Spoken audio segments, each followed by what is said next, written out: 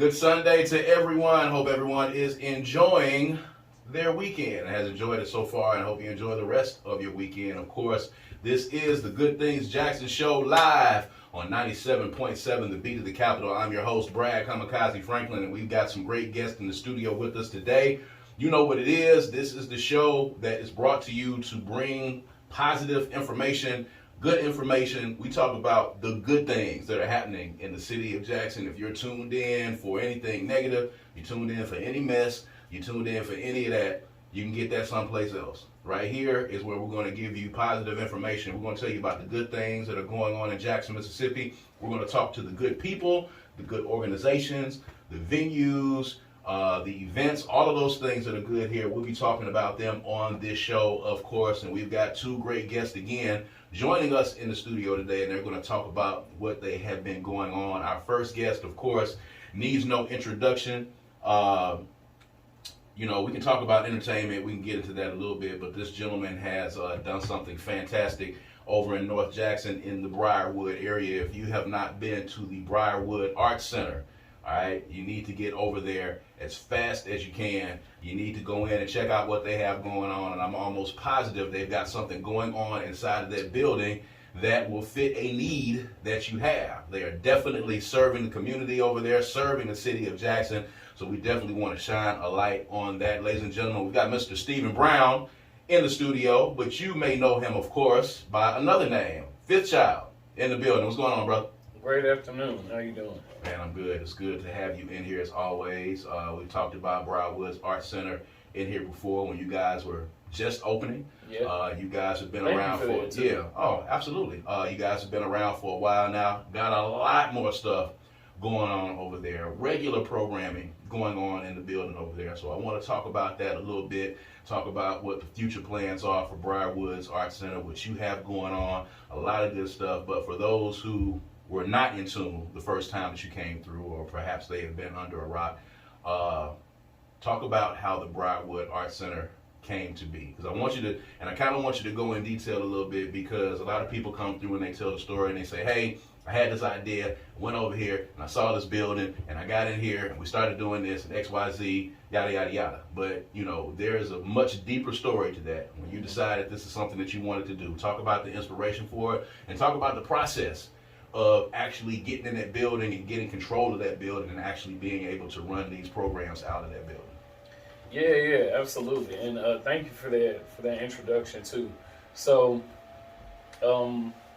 I've lived in the Briarwood neighborhood for about 7 years, and as long as I've lived there, this building was abandoned. I know two things about its history. I know it was an abortion clinic, and then it was a daycare, and then it sat vacant for about 10 years. And over the pandemic, things started getting really rough, where people were leaving grocery carts outside, sleeping under the awning. There was trash throughout the parking lot, and there's a couple that owns a business next door where they own a bunch of different properties all over the city. So they purchased this one since it was right next door, just so that they could keep the grass cut, keep people from trashing it. Right. And I always walked through the neighborhood in the mornings for exercise and saw that they had put a for lease sign out front.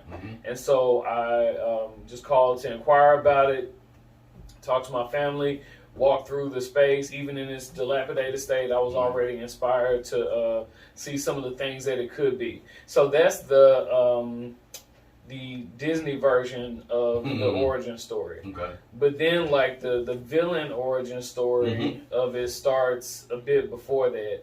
It starts with me being a young black artist in Jackson, Mississippi, and seeing these spaces that would come up for us that were like cultural hubs, where we were able to cultivate our crafts and do it freely and learn and network with one another. And I'm talking about places like the Flamingo and places like Offbeat, which meant so much and still means so much to so many folks in our artist community. And so I guess it may have been like the year before when, long story short, we had two like amazing black business owners that were displaced from these hubs that they had created and cultivated. And that really, really bothered me, man. Like, bothered me more than I think people realize, because it's like, it's like you didn't have anything to do with that business. Why would you be so pissed about it? Right. Or PO'd about it, I'm sorry. Yeah. But yeah, and so that kind of activated me to be like, okay, I'm not going to, or I want to take this opportunity I have to create something that cannot be taken away from us. It's artist owned, it's artist cultivated, it's artist run, and as soon as the ink dried, like as far as the building as well, completely artist run and owned. And so, and yeah, just to have that where we could not have the rug just snatched from under us like that meant a lot to me to be able to create that space. So you were able to get the building from the people who owned it, or are you in it right now, just kind of controlling the lease? So right now? the paperwork is basically being filed now. So I've been under a lease, but we're working literally as we speak to acquire the building and full ownership. And I think that's important because, when talking about the Flamingo and talking about offbeat, places that, were cultural hubs and a part of our creative ecosystem, it's bad. And even, with us over at the compound, not having a building that you're paying for, but at the end of the day, when the person who owns the building decides they want to do something else, you got to go, regardless of what you got going on. And having control of your space is very important. So you went in, this building was kind of, it needed a little work, needed a little elbow grease, to put it lightly. So talk about the process, because I want to get into that, because so many people, again, have great ideas and they see buildings and they want to start things, and they don't understand the work that it takes to get to a certain point. They don't understand the work that it takes to maintain a building, program a building, all of these things. They see a building and they think, I'm just going to go in and we're going to open the doors and start. So talk about the process once you signed the lease and you went in the building, you got the keys, and you said, okay, I'm about to start, renovating this building and adding on to this building. What did you have to do when you got in? So, and I'm not even saying this to, I don't know. I'm gonna be very literal. So originally it was not supposed to be a solo venture, it was gonna be a joint venture, and that's not how it played out. And when that happened, I made like a very blunt conversation with God. I was like, okay, well look, at this point I'm here. If you want this to happen, it's on you. Like it's literally on you. So I'm stepping out of the driver's seat at this point, and I'm along for the ride. So I walked through and prayed over every room. But then what I did is, instead of just saying like, I'm gonna make something that the community's just gonna like, they're just gonna shut up and take it, whatever I decide I want to do with this building. We had a community open house where I invited different people that live in the neighborhood, different people in the artist community, to come into our largest room, which is called the Ubuntu room, which means I am because we are. And we had a discussion about, okay, well, what does this space need to be? What voids do we need to fill? Who do we need to serve? How do we need to serve them? And then from there, took all those ideas, and I still had a full-time job at this point. I still had I had a pregnant wife. At this point.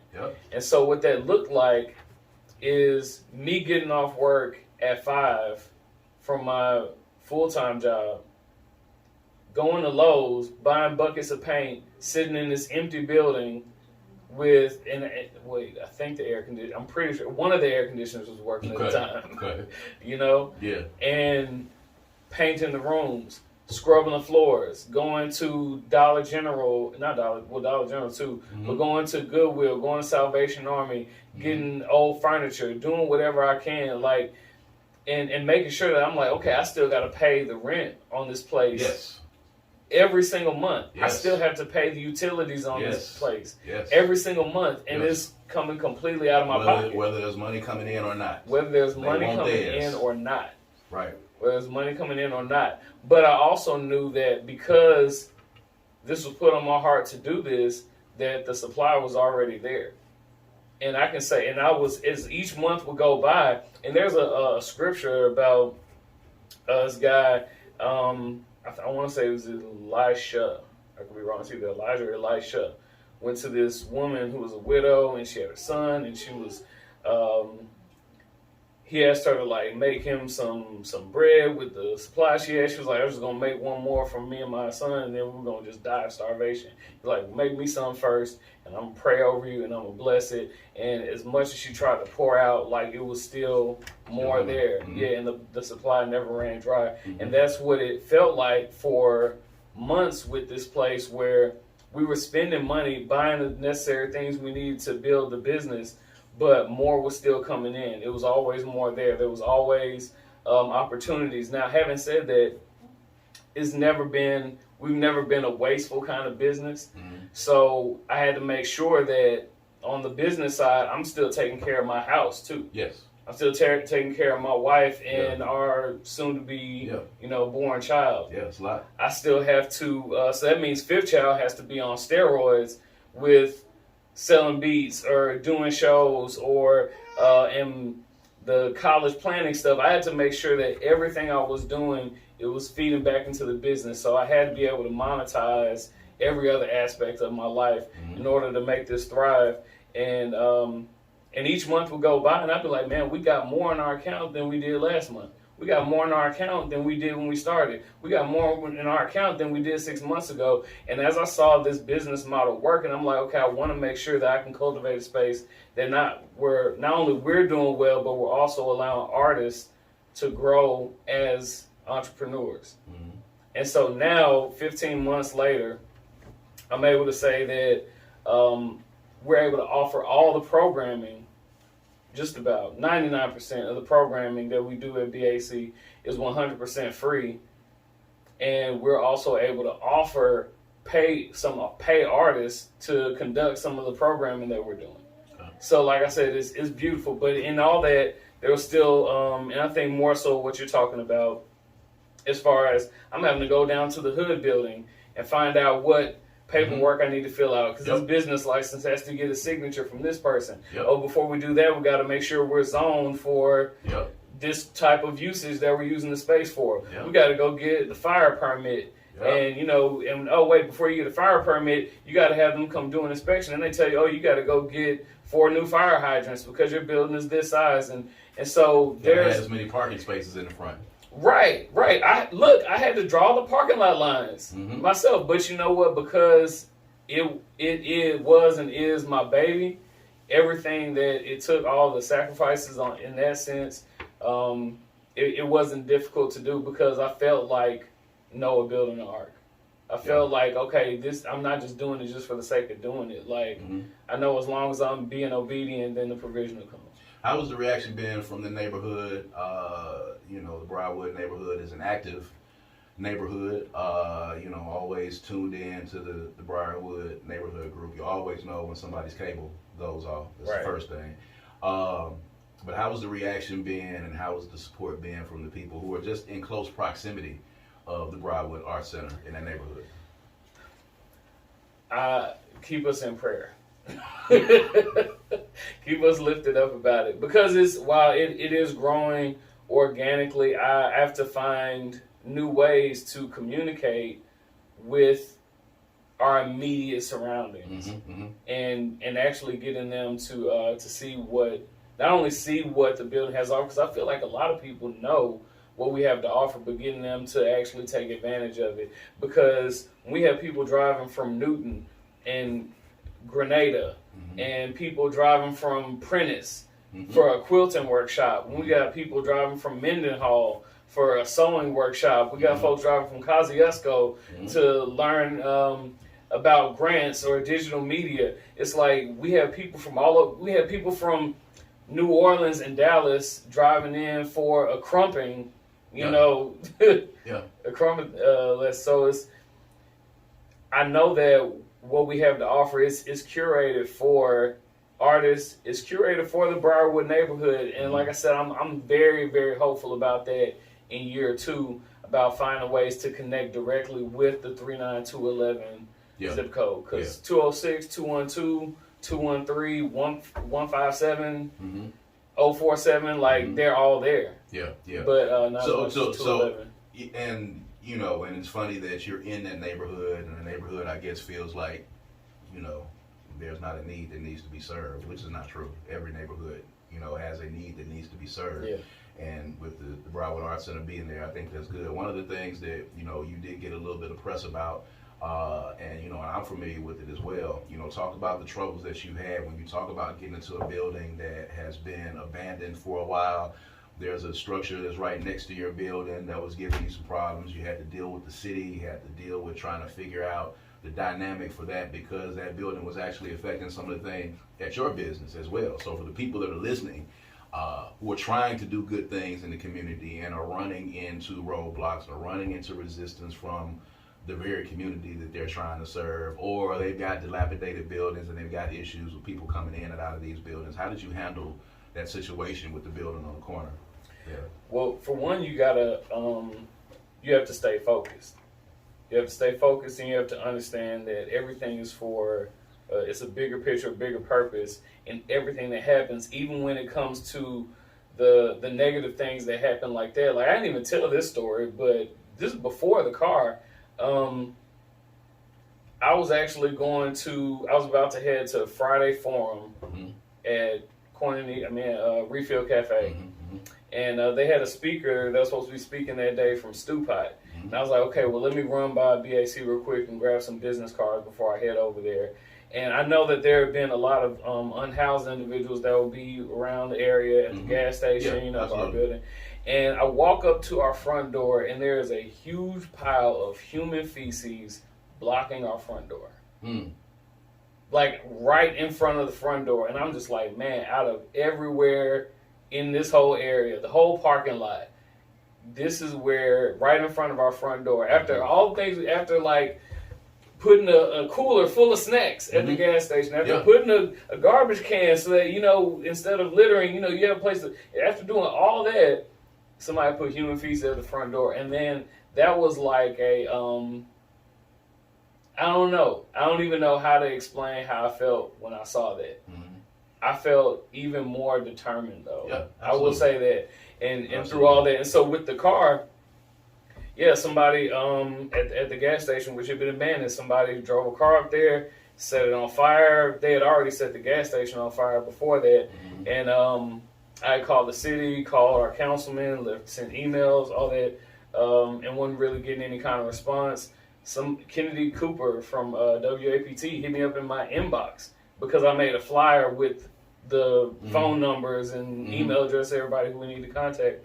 And I said, hey, I want to come talk to you about this car. Within 24 hours after the story, the car was being carted off, And so while that was like, man, I'm glad that car is gone now, there are a lot of people that found out about us because of that. Right.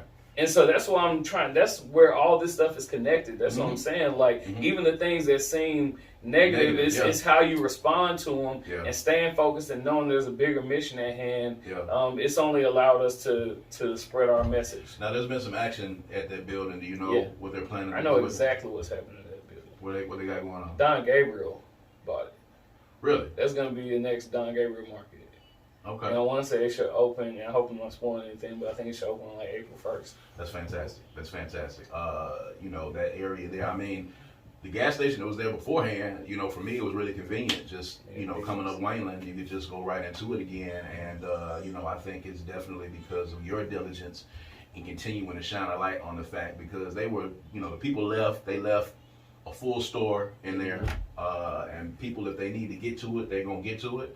And they got to it. But your diligence has helped them to change the dynamic in that building. So talk about some of the programming and some of the the workshops that you have in that building, and what you would say is your favorite workshop out of all these. I'm looking at the calendar right here. We're going to talk about what's going on in February, but just talk about some of the things that you have there for people out there that might be listening and might say, hey, do they have a workshop that fits something that I need? And you can say, yes, we do, of course.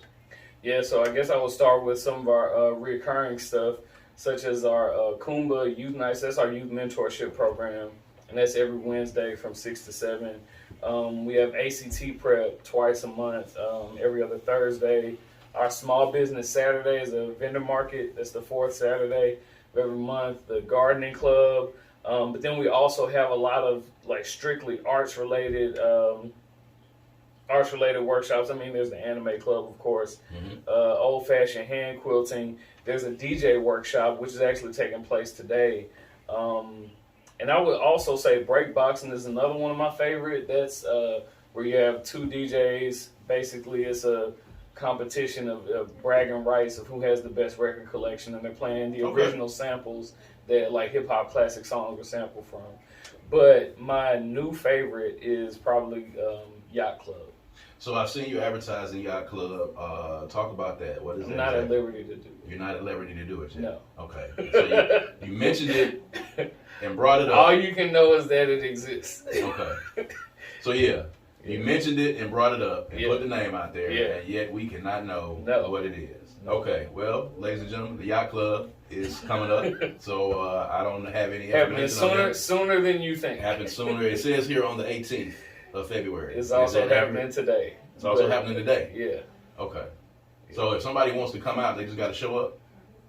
No. They can't show up. It's by invitation. They tell them to send me an inbox if you want to know what's up. For the Yacht Club. Okay. All of this is legal and above the board, right? This is 100% legal. It's 100% above the board. Ain't no Diddy party. Man. Nothing like that. Oh, man. And you see, okay, all right. This is all I'll say because I've already said way too much. I said way more than I should have. Mm-hmm. But you see, yacht is spelled incorrectly, right? Yes. Which I don't like doing, but yacht is spelled Y-A-H-T. For the interest of marketing, it's always good to do that. That's the only clue we get? Because what I do here... Okay. Yes, right, Yacht Club. This is the tagline. Here we go. The tagline is below the mainstream. Below the mainstream. Mm-hmm. Yacht Club, below the mainstream. That's it. Okay. We'll have y'all to ponder on that for a second.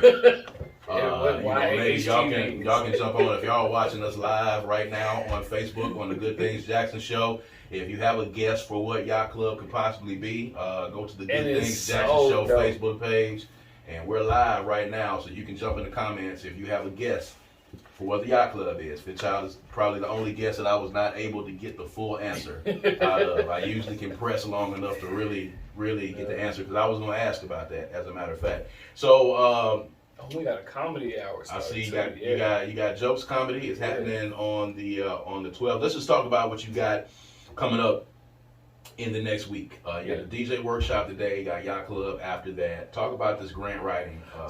Catherine Lee is hosting some grant writing workshops every Tuesday in February from 5 to 7, and it's completely free.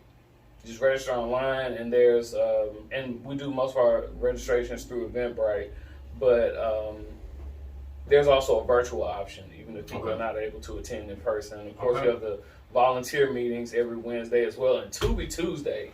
Mm-hmm. I can tell you what Tubi Tuesday is. I mean, well, that's pretty self-explanatory. But it's Tubi Taco Tuesday. Not as exciting sounding as Yacht Club, but we know what Tubi Tuesday is. So talk about that a little bit. Yeah, so Tubi Tuesday, we gather and fellowship at least one Tuesday evening a month, and Tubi Taco Tuesday really is also Tubi Tequila Tuesday. So you bring your own tacos, bring your own tequila. We provide the Tubi. Yeah, there it is. So I see the Digital Media Club, I see music production, so that can encompass a lot of things. So if somebody's interested in that, if there's a young person interested in that, what do those particular workshops focus on? So the Digital Media Club is actually more broad, because that with the instructors, we have some recurring instructors and some rotating instructors. Malcolm Morrow is the one who led the first one last Saturday, whatever day that was. But the Digital Media Club, he covers social media marketing and branding. And then we have someone else that will be focusing specifically on graphic design. We have somebody else that will be focusing specifically on videography. So we wanted to make it as broad enough and comprehensive enough where people can come and learn from multiple instructors to get a range of different skill sets from those. And like I said, it's completely free. Right. Now, one of the things that I know is near and dear to you, because you've worked with students and helped them to get prepared for the ACT and to get into college. Are you still working with that company? I started my own college planning agency called Good Advice. There you go. So talk a little bit about this ACT prep class, because I think that's very important. You always are, championing, coming in, getting this ACT prep and making sure that students are making the right choices, going to the right institutions, not wasting their money, all of that good stuff. So talk about that a little bit.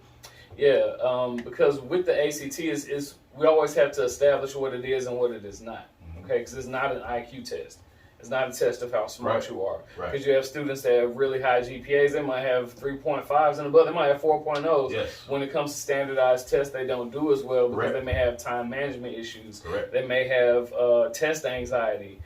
They may overthink stuff. And so that's the exact kind of stuff we focus on in those workshops, and how to demystify the ACT and help them just put it in perspective and score the highest they can by working the test smarter instead of harder. Yeah, so right now with kids getting into college, that's an important thing. What's some of your best advice now that going out and you've started your own business to that effect, and you also have people coming to this workshop at the Briarwood Arts Center, the best advice for seniors as they're navigating the road of trying to go to the next level, whether it be a community college or a four-year college? What's your best advice for them? Well, ideally, they don't start the process as a senior. Yeah.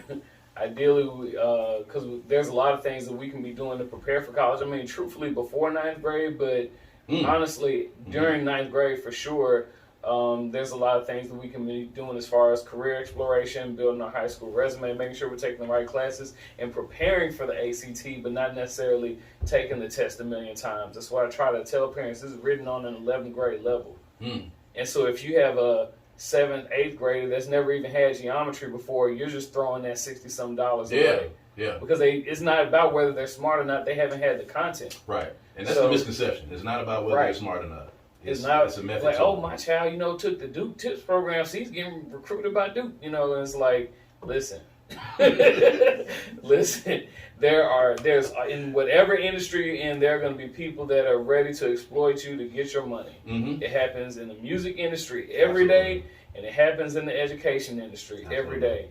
So, main thing is, I would say just try to be educated and ask questions. Start at the destination and work backwards. That's what I would say is my biggest piece of advice. When you have students that say that they're interested in one particular thing and they're just like, I'm going to go to school and pay all this money, I'm going to take all these classes, I'm going to get my degree, and they're like, okay, now what can I do with this? Start at the destination, work backwards. Is there somebody who's currently doing what it is you think you want to do for a living? Yeah. Let's go to work with them one day. Let's ask them questions. Well, what school did you go to? If you could do it all over again, would you go the exact same route, or would you do something different? Because you can avoid a lot of those unnecessary detours. Right. So what are you trying to add on? Let's talk about the future of the Briarwood Arts Center. What's next? What are some of the things that, you are in the creating stage of it right now? And what are your long-term goals for the Briarwood Arts Center in that neighborhood? Is there expansion there? Is there going to be another art center in some other place? Like, what do you plan on doing with this going forward? Well, this is my first time talking about this publicly. But I see us honestly being on the verge of a Briarwood Renaissance. And I don't mean Renaissance like the place out in Madison. I mean like the idea of a Renaissance. With us coming there, and then with Don Gabriel Market moving next door, with them tearing down the Briarwood 1 building that had been an eyesore for many, many years. Decades. Okay. We grew up with. I think that we have an opportunity as residents, as citizens, as business owners to reclaim this district and rewrite the narrative of what this space is going to be and what it's going to represent in the city. Yeah. And so that's what I really see us doing in the immediate. But I've always said from day one, even before we even really opened our doors, that the big goal for Briarwood Arts Center has nothing to do with us. Right. The big goal is that somebody in Shady Oaks will say, man, we got abandoned buildings over here in our neighborhood. Yeah. Let's start the Shady Oaks Art Center. Yeah. Hey, man, we down here in Brown Bottom. There's this abandoned building right here. Let's put our money together and turn it into this. And just this idea of repurposing this blighted and forgotten property and making it something that actually serves the people and serves the community. That's what we're trying to do. I'd love to see that energy go down that frontage road because I'd love to see them tear that hotel down behind you guys so you could, have more. Anything would be better than that over there. And just speaking, as somebody that has a home in that area, the Renaissance that you're talking about, I think can happen. But, there has to be, concerned citizens that continue to, shine a light on what's happening over there. And now that the new store is going to be coming up, and you're there, and the Briarwood 1 building is coming down, all the things that are going on over there in the parking lot over there with the AutoZone.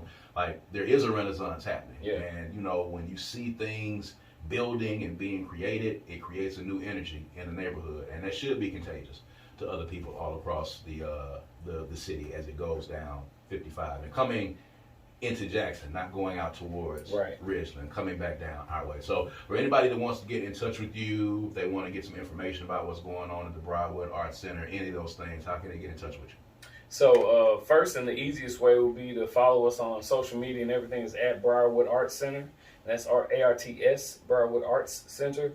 Mm-hmm. They can shoot me an email at info@briarwoodartscenter.com. They can even shoot me a text at 769-257-0808. Oh, you can get a number out. I'll let them now. All right, this is the Briarwood Arts Center. Today is a DJ workshop. You're leaving here to go over there right now for the DJ workshop at 3 p.m. Disco party on Saturday. A disco party on Saturday. It's a Super Bowl party. Valentine's Super Bowl social. kickback happen. Valentine's social. Where can they go and see this calendar? They can go to social media sites or they can, and truthfully, everything is on Eventbrite as well. Okay, there it is. So please make sure that you go over and patronize the Briarwood Arts Center. Stephen Brown, aka Fifth Child, is doing great things in this building, a lot of different workshops, and as he said, the majority of these workshops are absolutely free. All you got to do is just pull up and you can get all of this valuable information, whether it be ACT prep, whether it be anime, whether it be grant writing, whether it be mentorship, whether it be digital media. All of these things are available over there. A vocal strengthening workshop. There's a lot of stuff going on, and of course later on tonight, Yacht Club. So and just please by that. volunteer too. Yeah. Oh yeah. Yeah. You got a very, very good group of volunteers, man, that are there working, and always have a good team of people over there with you, man. And that's one of the things that's going to help you to be successful. You always got to surround yourself with some good people who are down with the cause. Stephen Brown, aka Fifth Child, joining us here. He's the creator, the owner, and the curator of Briarwood Arts Center. What's the address? 614 Briarwood Drive. 614 Briarwood Drive. Make sure that you go by, and most days that they're open, you can just pull up if you have some questions. Just pull up and ask them. And look at this calendar. There's a lot of good stuff that they have going on. Definitely good things, Jackson. When we take a break, we're going to come back. We have vocalist, singer, superstar in her own right. We have Miss Akemi Graham is going to be joining us and catching us up on what she's had going on and a lot of stuff that she's got going on in the future. So we're going to take a quick break. This is Good Things, Jackson. We'll be